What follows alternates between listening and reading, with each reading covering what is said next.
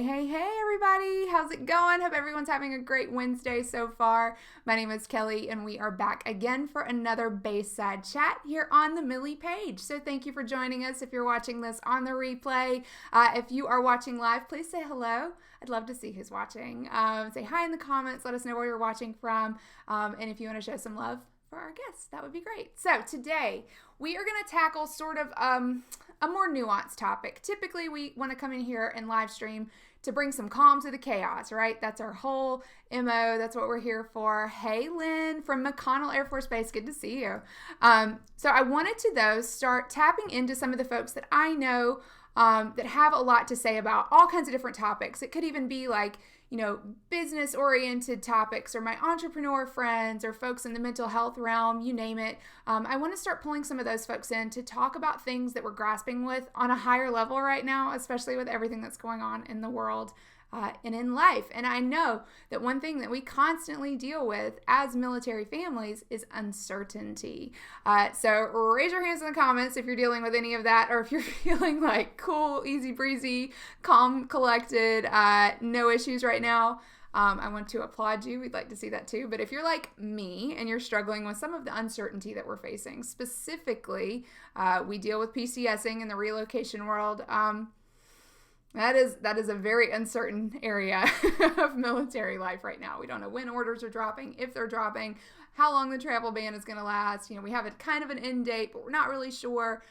So we just want to give you some space right now for the next 20, 30 minutes to take a breath, commiserate with us, grab your coffee, and enjoy this conversation. And also be sure to chime in, ask questions, you name it, in the comments below. So enough of me. I would love to introduce you guys to my friend, Erika. Hey, Erika.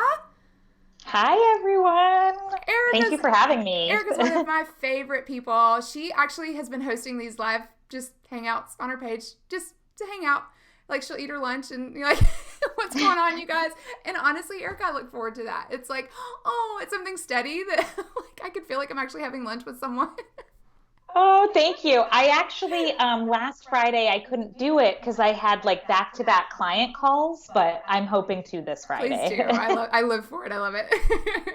Will do. So I had the chance to meet Erika at a conference last fall, and just am obsessed with her energy, her personality, and some of the stuff that she's overcome just in life and business. I think she has a really awesome message to share with you guys, and some tactics, right? We all love take home, take away, actual actionable things.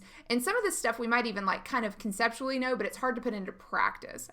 Raising my hand here because this is something I struggle with. Right before we got on, my kids are coming in and, I need this, I need that. I'm like, this is not the time for that. So, Erika, will you take a second, introduce yourself, and tell Millie followers a little bit about you, your story, and your military affiliation? Yeah, so I am Erika Tebbens. I run a business called Erika Tebbens Consulting. So I do business strategy and coaching for mostly women entrepreneurs. And I have been either running my own business or other people's businesses for the last 15 years. And I love to teach people how to market in a way that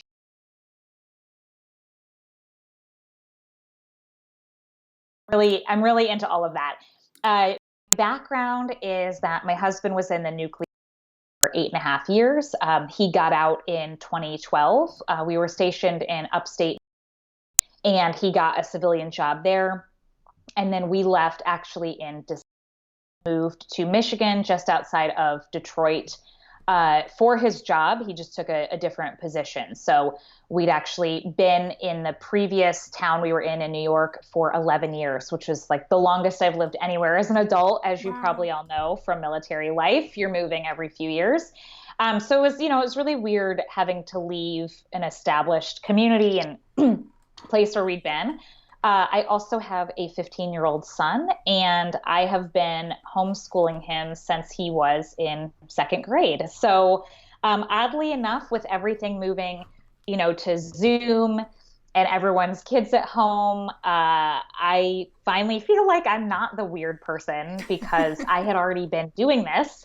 And because I'd already been doing this, I had to learn how to juggle the two. And when I had my first business and when I was running other people's businesses, that was when my husband was still in the Navy. And so there was always a lot of uncertainty because I kind of had to figure out, like, as most of us do, what am I going to do with my kid when I don't have family around, and how do I juggle all of that? So Yeah. Okay, well, let's start right there because that is literally my top struggle right now.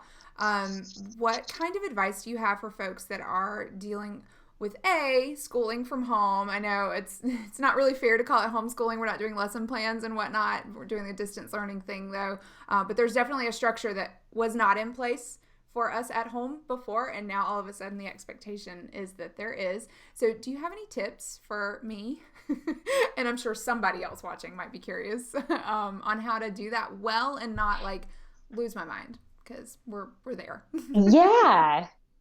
Yeah. So, I know it's hard because depending on the ages of your kids and where they go to school and what the district is doing, and, it really depends. Like some places they're just like, try to do your best. And other places it's like, we're still, you got to turn everything in. And it's sort of like it's not consistent across the board. So some things that I would say is like, one, don't worry about your kid like being behind. I know there's like a lot of worry because we are conditioned to believe that like, if your kid misses any school or whatever, like it's going to be detrimental. And now that my kid is 15 and we are not rigorous, like I can, that is not necessarily true. Obviously, we want the best for our kids. Obviously, we want them to keep learning, but learning happens in a lot of different ways that is not just worksheets and like Zoom chats, right? So reading with your kids, having them help you cook, teaching them how to do things around the house, like how you maintain your home, all of those things, like just teaching them how to live. Those things are educational. There's a lot more educating that happens that doesn't look like formal learning, but is actually really important. So even just like play, like letting kids play or be bored or be creative, that is actually really good because when your kids are bored, eventually they won't be. Like they will find something that is interesting to do. Mm-hmm. And that is where a lot of like I think that this is sort of an interesting experiment because families are super busy and there aren't those expanses of time to just be like, well, what do I want to do? Like, do I want to color? Do I want to read?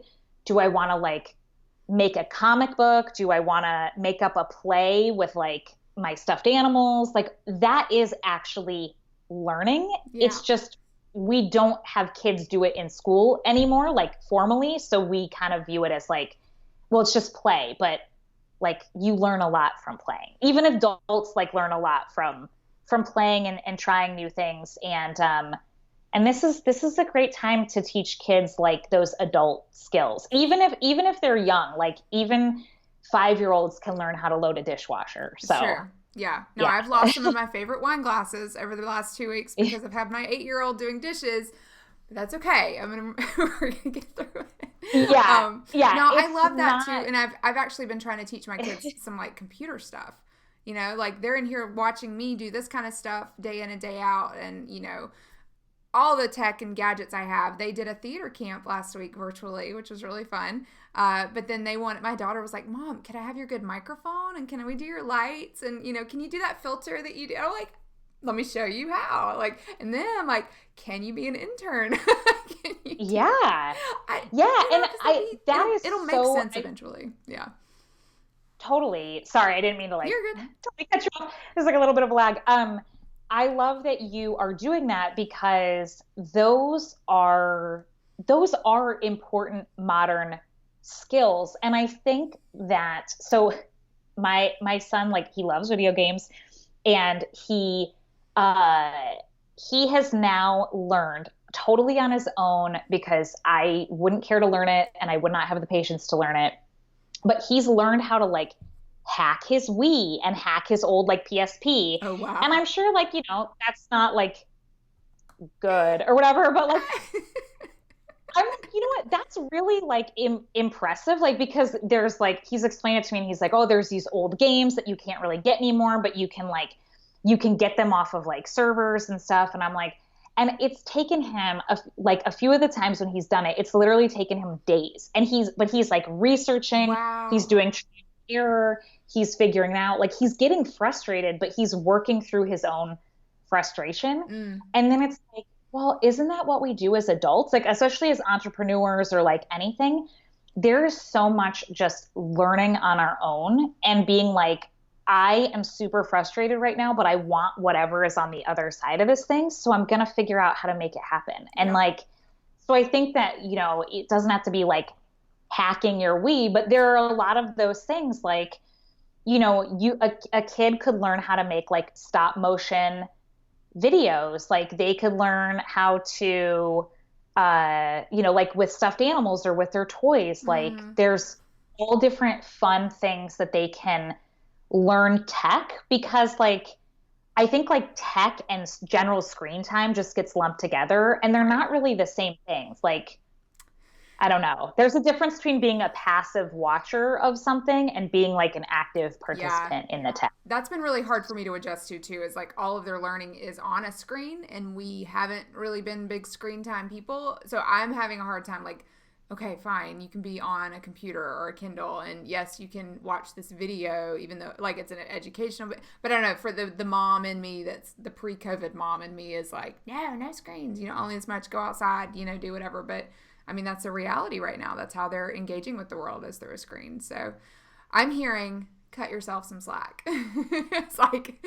the resounding lesson here. Like, which is hard, but so important right now, especially when we have other things on our plate. So to that point, Erika, what would you say? I know you probably use a lot of these tactics in your business coaching, but I feel like so much of it is important for us, especially if we're facing a PCS, mainly because you guys, you're project managers when you're PCSing, okay? That is what you're doing. That is like your legit job. No, you don't get paid for it, but that is what you're doing. You're managing your life. What kind of tips do you have for those folks that are dealing with a very uncertain and rocky PCS coming up soon? Yeah. So this is very timely because, you know, like I said, we just moved in December and it was a corporate move. So it was similar to a military move in the sense that, you know, there was some stuff that we had to set up, but like we had actual movers who came in and everything. So what I like to do, and actually I always have a notebook next to me at my desk. So this is my like to-do list for the week. And I just have work and home. It's very low tech. And what I like to do is just brain dump everything. Anytime I'm feeling anxious, whether it's about work or home or a combo, I get everything out of my head and onto paper first. And then I like to prioritize. So for instance, going back to our move, we knew kind of all last year that at some point we would be moving and we were going to have to try to sell our home. And we just didn't know, like, because corporations are, you know, it was very similar to the military in a lot of ways where you're like, well, things weren't kind of like set until the very last minute. And so, but I knew, all right, at some point this year, we will move. Is it going to be October, November, December? Like, I don't know, but it's going to happen. So I just brain dumped, like, what are all the things that we are going to have to do? Like, if we are going to have to sell the house, like, all right, I have to stage the house. And if we have to stage the house, what does that mean? Well, it means I need to purge, deep clean, like repaint my son's room, which was like neon green. Like there were just these things. And by getting it all out and actually seeing, then I could look at the calendar and be like, okay, what am I going to tackle?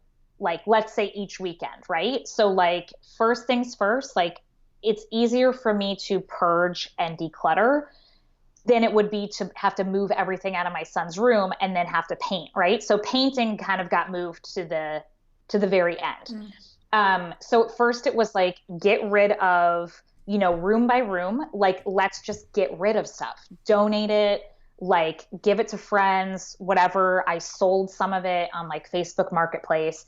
So I like moved stuff out. And at the same time, the stuff I didn't need around, like books, I got some cardboard boxes and I just started packing those things away. Right. So it was just like very methodical. And I wasn't necessarily doing it every single day. Like it would just be, you know, every weekend, what can I get done? And then it led up to like, all right, I know our realtor is going to come this day to take photos. So I have to have the painting done before that. So I'm going to paint the weekend before, and then we're going to clean that week and do any like loose ends. And then she's going to come and take the photos, and then she's going to list the house, and like so on and so on and so on, all the way down. And then once that project was like moved off the docket, then it was okay, like scheduling the movers and the packers and, you know, what else needs to be in place before we go, like bank account stuff, mail forwarding. Like, again, it's just a new list and it's just prioritizing that list. And I think making peace with the fact that it's always going to be a little messy at the end. Like there is that point at the end where you're like, oh crap, you know, well, we're just going to have to throw that in the car, or we're just going to have to, you know, like I don't even eat more takeout or do whatever. Like there's always going to be some level of just being like, it's not going to be perfect, but it's going to, like, how can we get it so it's the least stressful? I'm going to quote that and I'm going to hang it up on my wall. Making peace with the fact that it's going to be messy at the end, you guys. So, and you'll see this, the more PCS as you go through, like some of the hiccups become easier to deal with because your expectation has been lowered. Not necessarily that you're better at it, you know, or if you're looking around, you're like, how do these people PCS so well or set their houses up so well, you know, whatever it is. It's not necessarily that they're better or things go well for them versus you. I think it a lot of times has to do with your expectations and your like mindset around the outcome. Like don't get so attached, you know, to the process of it, right? Like the process is messy. But if you can just like get through it and see yourself over to the other end of it, you'll be home. You'll have a home again. You'll be settled and you'll get through it. So, ooh, that was great. I'm going to quote that, pull that out. That's going to be a new Millie slogan. Make peace with it. Yeah. I think because at the end of the day, it's like, you know that the move is going to take place. So what can you do to set yourself up for success? And then just make a plan and like start working the plan. Yep. And, you know, if you were supposed to PCS in 3 months and then it doesn't happen for 6, but you pretend as if it was going to be 3, well, guess what? You get another 3 months to tie up even more of those loose ends. Like rather than if you just keep waiting. Because, like, you know, the military could be like, it's going to be 3 months. No, now it's going to be 6. No, JK, now it's 4. And you're like, I didn't start anything because I thought, you know, like, just try, you know, if you get something done early, awesome. And if you end up with extra time at the end, like, great. But at least you will be that much further ahead. And there's so much you can do right now, right? Like, there's so much you can do while we're kind of in this limbo or you know, space between this waiting period. There's a ton, especially when it comes to like purging and cleaning. And you guys, we have a couple of videos. I had Krista, you know, Krista Curtis, she came on not too long ago and chatted us through like organizing and purging and how to do that. Again, you know, we've got time on our hands right now. And also I love the way she put it. She was like, this is called controlling what we can control. So instead of thinking too big, right, keep your thinking small in this moment, right? We're talking about like overlying stress. Worry about your house. Like worry about getting yourself, your family situated and ready for the move and prepared so that whenever it does happen, you're ready. Like, okay, let's do this, right? So that helps. It gives you a feeling of accomplishment because you've done something, you know, you've crossed something off that list.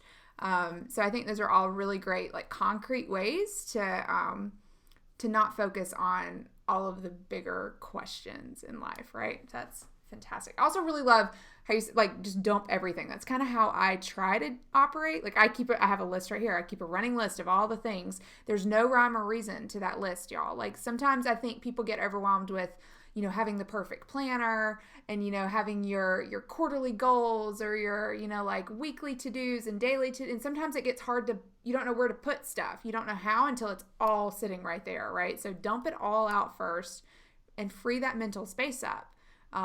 It helps me when I can't sleep. Do you do that before bed ever? Like to try to just, yeah, right?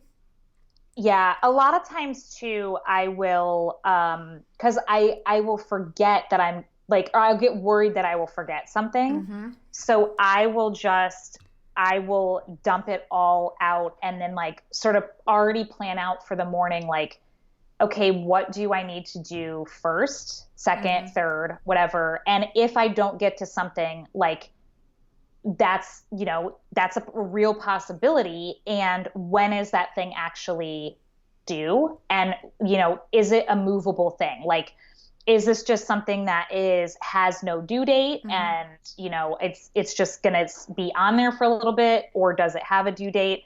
And there already is like, yesterday and the day before, I was going to record podcast episodes and it didn't happen, but I work so far ahead on my podcast that like some point this week, all of the May episodes will be done. And I don't have to sweat it because I already have like next Wednesday's episode is already scheduled and ready to go. So bottom line, like they're all going to get done well before they need to, but that comes with planning and like an intentional workflow. Speaking of podcast, I was listening to your podcast the other day about a power hour and being really efficient. And I'm kind of hearing you say that maybe in a way, I'm not sure if that's what you're alluding to, but like if you get into like a groove, scrap the list, keep moving, like keep at it. Like if you've got yourself in some kind of flow, that's really good use of that time. So can you elaborate maybe a little bit about that concept of like having power hours to be able to be really efficient? Yeah. So if you have, like, let's say you have like little kids at home, right? And they're still napping and you're like, it's really, really hard to get stuff done while they're awake. So what you can do is say like, all right, well, I know, they take let's say it's like a morning nap and then like an afternoon nap. So what can I do during each of those hours of time that gets me closer to what I need to do? So the key is you have to figure out what those things are and be ready to go. So let's say that is, talking about PCS, let's say you're like, well, I'm going to get ready now and I'm going to start going through like purging books and clothes, right? Whenever I purge for whatever reason, I always start with books and clothes. So you're like, all right, I'm going to go through in the morning hour, I'm going to go through all the bookshelves. And then in the afternoon hour, I'm going to start to go through all of the clothes. And then that way you already know ahead of time exactly what you're going to do. And let's say if you're like, well, I'm going to, some of them I'm probably going to give to this friend and some of them I'm going to bring to the library or, whatever it is you're going to do with them, like have that plan in place and already get those like Rubbermaid totes out or those cardboard boxes or whatever it is that you're putting them in, have it ready to go. So right as soon as your kids are asleep, you can just get up and you can do that task and go right into it. And then that way you're not wasting any time deciding what you are going to be working on in that hour. Now, let's say like you're doing the closets and like you don't want to be in your kids' rooms while they're sleeping. So during afternoon nap, you do your clothes, you purge that, and then they get up and maybe you give them a snack and then you hang out in like one of their rooms and they play on the floor and you go through their clothes, right? And then you go to the other kid's room and same thing. Like you can kind of keep that flow and then like, all right, at the end of this day, I should at least have gotten through like what we're going to get rid of. Maybe that's not the day that you actually like get rid of it, but you at least know like what your stopping point is for the day. I love it. And when you can actually check that off, that's great. So I use this kind of I guess, practice in my inbox for email. So I don't ever really have inbox zero, but I love having like everything kind of figured out and decided. And I've seen it. It's not my idea. I didn't come up with it. I can't remember. I don't know who does or who gets credit, but it's called Do, Delete, Delegate. And I feel like that could apply towards the brain dump list, right? So the idea being, you look at an email one time and decide what's going to happen with it. You're either going to do it, you act on it. If it's a request, you need to respond to it. Or if it's a task on your list, you do it. You delete it because you've already done it, or it's not important, or it's junk or whatever. You just archive it, get rid of it, right? Or you delegate it to someone else. And I loved how you said, like, if your kids are older, you've got little workers and they can learn things. They don't have any kind of conflicts right now because there's no play dates, there's no school, there's no soccer, so figure out what on your list, like, go through and like assign, do, delete, delegate, or, we could maybe come up with more clever verbiage there, but go ahead and figure out on your list. Is this something for me to do? Is this something I'm waiting on someone else for? Like, is it pending response from someone else, right? And then you can start to kind of sift off what items you can easily fit in those power hours or in those little chunks of time that you have to make your list a lot more manageable, I think. That's great. That's great. Yeah. Tips. Yeah, there's so much that can be delegated out. I think it can feel a lot of times easier, like, oh, it's just easier if I do it on my own. Sure. However, it is, delegating is a practice like anything else, and your kids might not like love it at first, but it's important. Like in our house, we're always like, we are a team. And like everything we do is like for the greater good of the team. And it might not be fun, but it's something that needs to happen. And the more that we all chip in, the more time is left to have fun and to relax. So, that can be whether it's like a regular weekly chore routine, or now that like your kids are home more, like you said, there's no soccer, there's no play dates. Like, do they get more chores around the house, or do you have them help you pack up those books and put those things away? Like, do you have them help you, clean out the garage and stuff? And they might not like it, but it's important and it needs to get done. And I think it's good for kids to learn that, like, sometimes, we have to do stuff that isn't super fun and enjoyable, but we do it because it's setting us up for future success. Yeah, I love that. I mean, it's been clutch in our house for sure. I mean, mine are still kind of young, but we've had a couple of come to Jesus moments where it was like, listen, I'm doing this by myself. My husband's away right now. Like, we're stuck in the house. I can't call in grandma for reinforcements, So like, I see you guys out there. Like, I know I'm not the only one. And it's just like, okay, listen, guys, like, you have to be on the team, but not only on the team, but don't be on the other team. Like, I'd almost rather you sit the bench on our team than like being on the other team. And what I mean by that is like, a child that's not willing to really pick up after themselves. I won't name names, but like, or like just not paying attention, or not really like, it's just not on their radar to notice these things, right? So it's been, I'm having to teach them how to notice, right? And done is better than perfect, or done is better than like done well, right? Like, okay, no, they're not going to do the dishes as well as I would. But if I want them done by someone else, I'm going to have to let that go, So yeah, absolutely. That was a great absolutely. Okay, so we've got, essentially, you guys, uncertainty is always going to be a part of our lives. It is always a part of our lives specifically. I also think that we kind of have a leg up in a lot of what's happening right now. We've had these conversations with our real estate agent heroes yesterday. We've been talking about how we've all had to, the world has had to pivot and do things so differently, except we've always bought homes long distance. Like, we've always done virtual tours, so that's not as much of a shock for us, right?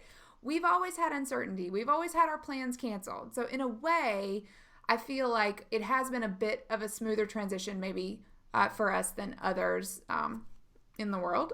So for that, we are grateful. Erika, right? Working digitally, you've already mentioned, like, we were already kind of doing that. So. Yeah, absolutely. It's I love the meme that was like, it started circulating when this was all happening, which was like, A lot of you have never had the government cancel your plans and it shows. And I'm like, oh, that's so accurate. Yep. It's so real. Yep. Yeah, but to that point, the things that, sometimes we complain about or maybe don't love about our life has strengthened that in us to be able to tolerate a little bit more of the uncertainty. And I hope that you guys are feeling that way. Again, it's a mindset thing, right? Like we get to stay home instead of we're stuck home. Think about that when it comes to uncertainty. This is something that we've trained for. And maybe we can be even an example to others. Erika, do you have any closing thoughts on or encouraging words for folks that are maybe feeling a little stressed right now? Yeah, I would just say it's especially like being an entrepreneur. I'm always living in the world of uncertainty, and I think that I am also somebody who I would love to know what the end date is on all of this, and I would love that closure and that control. But like you said, there's just always going to be uncertainty. Even with this, if this cleared up tomorrow, there's going to be something else that, it's not a global pandemic in 6 months, but there's always going to be something else that comes up that throws us for a loop. So it's really a matter of what can I control? Like we're talking about, can I declutter my house? Can I deep clean it? Can I do these things that will set me up for success later? Even, if we're all homeschooling now, can I meal prep on a Sunday, even though I'd rather watch Netflix all day? Can I take 2 hours and meal prep? So that way, at least at the end of the day, when we're all tired and everyone's cranky, we can just eat and then be done with it. And I don't have to stand there and chop vegetables and wrangle children and all of that. What are the little things that we can do that give us some level of stability and control, and to be able to really embrace, this is what I can do, and this is what I can own and feel good about and set myself up for future success. And then what else do I just have to trust it'll all work itself out in some way, shape, or form later? I love it. I love it. I love it. Such great advice. Thank you so much for joining me today. Can you tell everyone where to find you online? And we'll drop all those links later. Yeah. So erikatebbens.com is my website. And you can learn about me and what I do there. And I also have some freebies on there. I have a weekly podcast called Sell It Sister, which is all about simple, squeeze-free sales and marketing strategies and mindset shifts. So if you are an entrepreneur or are friends with an entrepreneur, feel free to check that out. And then in terms of social media, I hang out the most on Instagram at Erika Tebbens Consulting. Awesome. Erika, I love you. I'm so happy to see you looking so vibrant and well.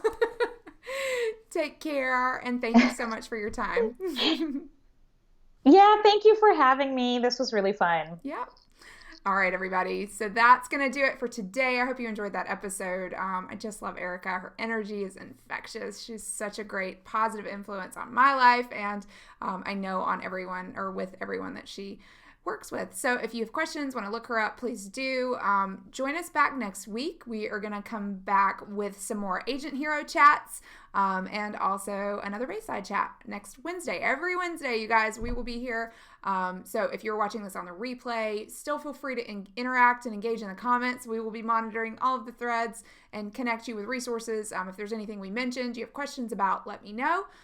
We will try to make sure that we meet those needs for you. And then if you're watching this on YouTube, be sure to subscribe and get notifications over there as well. Okay, until next time, everyone, please be safe, be well, take care of yourselves.